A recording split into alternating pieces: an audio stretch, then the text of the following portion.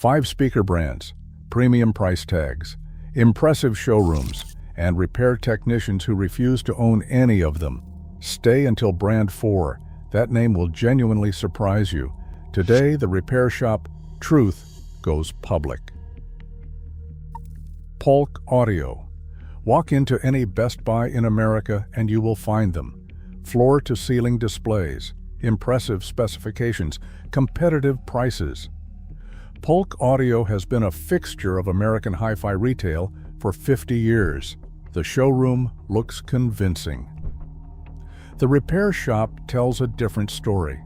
In 2022, Massimo, a medical technology company with zero audio engineering background, paid over $1 billion to acquire Sound United. Sound United owned Denon, Marantz, and Polk Audio. By 2024, the audio division had lost over $31 million. The stock dropped more than 40%. In May 2025, the entire portfolio was sold to Samsung's Harman's division for just $350 million, a 65% loss in 3 years. Polk Audio has now passed through 3 corporate owners in less than 3 years. Each transition brought a new cost structure, new supplier relationships, and new priorities for the engineering team. What repair technicians find inside current Polk Audio speakers are crossover components selected for price, not performance. Cast baskets replaced by stamped steel. Cabinet bracing reduced to meet shipping weight targets. The showroom finish is real.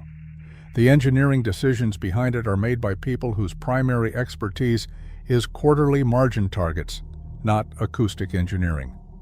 No sponsored gear, no manufacturer relationships, just what the technicians know. Verdict: 50 years of brand equity, a product line that no longer reflects the engineering that built it. Definitive Technology. Definitive Technology was founded in 1990 by audiophiles who genuinely understood speaker design. Their bipolar tower speakers from the 1990s and the early 2000s earned real respect from the repair community for build quality and innovative driver configuration. The premium appearance was backed by premium engineering. That company no longer exists in any meaningful engineering sense. Definitive Technology is now under the same Samsung and Harman umbrella as Polk Audio, Denon, and Marantz. Same parent company, same cost reduction pressure, same engineering team restructuring every time the brand changes hands. The specific problem technicians document with current Definitive Technology products is driver quality. The proprietary aluminum dome tweeter that built the brand's reputation used precision-machined components with tight manufacturing tolerances. What technicians now find in several current models are drivers that share OEM components with products at a fraction of the price. The same components are available from contract manufacturers used by brands you have never heard of. The cabinet design remains distinctive. The engineering inside it does not match the price tag. Prices mentioned are United States-based estimates. Check your local market. Verdict: a brand built by audiophiles, now managed by accountants. The outside looks the same, the inside does not. Jamo. Walk into a Scandinavian design store and the Jamo speakers fit perfectly. Clean lines, understated aesthetic, Danish heritage on every label. For decades, Jamo represented honest European engineering without the premium pricing of brands like B&W or Dynaudio. The look was premium. The value was real. That combination no longer exists. Jamo was acquired by Klipsch in 2005. Klipsch was then acquired by Vox International, a company whose portfolio includes automotive electronics and consumer goods with no engineering heritage in high-fidelity audio. Production of Jamo speakers moved progressively to contract manufacturers in China, a decision driven entirely by cost reduction rather than acoustic engineering. The result is a product that carries a Danish name and a Danish design aesthetic with internals that have nothing to do with the engineering philosophy that built that name. What technicians find inside current Jamo speakers are crossover components that drift significantly from their specified values within the first 3 years of use. A crossover that drifts loses its ability to accurately split the audio signal between the drivers. The speaker no longer reproduces what it was designed to reproduce. The design still looks premium. The crossover inside is not. Verdict: Scandinavian design on the outside and contract manufacturer components on the inside. The gap between them is what you pay for. Before brands 4 and 5, if this is the kind of content you want more of, subscribe now. No sponsored gear, no manufacturer relationships, just what the technicians know. Brand 4 carries a name that fills living rooms across the world, a brand so trusted that Samsung paid $8 billion to own it. Here is what that $8 billion bought and what it cost you. And this is the one I told you to wait for. Harman Kardon. Walk into any electronics store and the Harman Kardon displays stop you. Curved glass enclosures, premium packaging, a brand that has been in living rooms since 1953. Every product looks like it belongs in an architect's showroom. To a repair technician, that showroom finish is precisely the problem. Harman Kardon has been part of Samsung since 2017. Samsung paid $8 billion for Harman International, a number that tells you everything about what Samsung was buying. Not engineering talent, not acoustic research, brand recognition, consumer trust built over decades that could be monetized across a product portfolio. What Harman Kardon speakers represent today is the logical conclusion of that acquisition.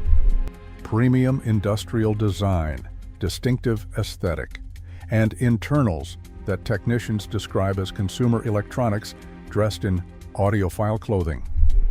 The specific engineering failure in current Harman Kardon speakers is the crossover and driver integration. Harman Kardon's Premium Citation series, priced between $500 and $1,500 per unit, uses active digital signal processing crossovers that depend on a companion app for full functionality. The hardware works without the app. The room correction, the digital signal processing tuning, and the firmware updates that keep the system performing as specified do not. In 2024, Harman pushed a firmware update to Citation series speakers that changed the digital signal processing parameters. Owners reported a measurable change in frequency response after the update. The speaker they purchased no longer sounded the same. The update was not optional. There was no rollback. You did not buy a speaker. You bought a speaker whose sound characteristics are controlled by a product decision made in a Samsung boardroom. Verdict: the most premium-looking speaker on this list, the most dependent on decisions made by people who have never listened to it.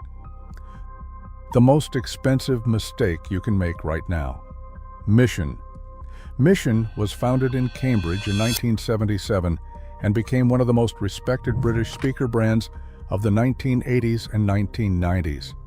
Their inverted driver configuration, placing the tweeter below the woofer, was a genuine acoustic innovation that improved time alignment between drivers. The Mission 770 from 1977 is still cited by engineers as a landmark design. Cambridge Engineering. Cambridge Build Quality, a premium product that looked and performed exactly as advertised. That is the Mission that no longer exists. Mission has now passed through multiple ownership changes from Verity Group to IAG Group, with production moved progressively from the United Kingdom to China. The brand still markets itself on its Cambridge heritage. The manufacturing reality is entirely different. The specific engineering problem technicians encounter in current Mission speakers is cabinet construction.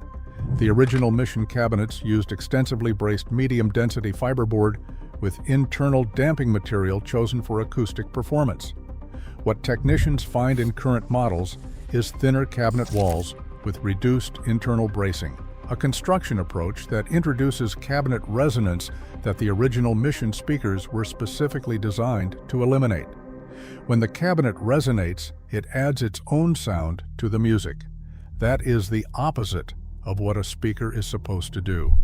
The cabinet looks premium. The acoustic performance of a resonating box is not.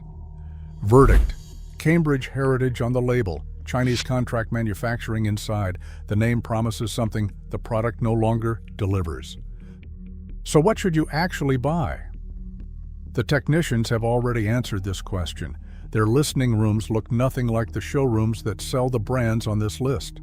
For speakers where the outside and the inside tell the same story, Wharfedale, ELAC, and KEF remain the honest choices at every price point. Wharfedale Diamond Series from $300, ELAC Debut 2.0 B6.2 at $350 a pair, KEF 50 Meta at $1,600, every one of them designed by engineers who still work for the company that made them. Every one of them measured, published, and proven. The rule has not changed.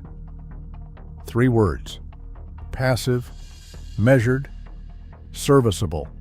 Every speaker on this list looks premium, but fails at least 2 of those 3 tests.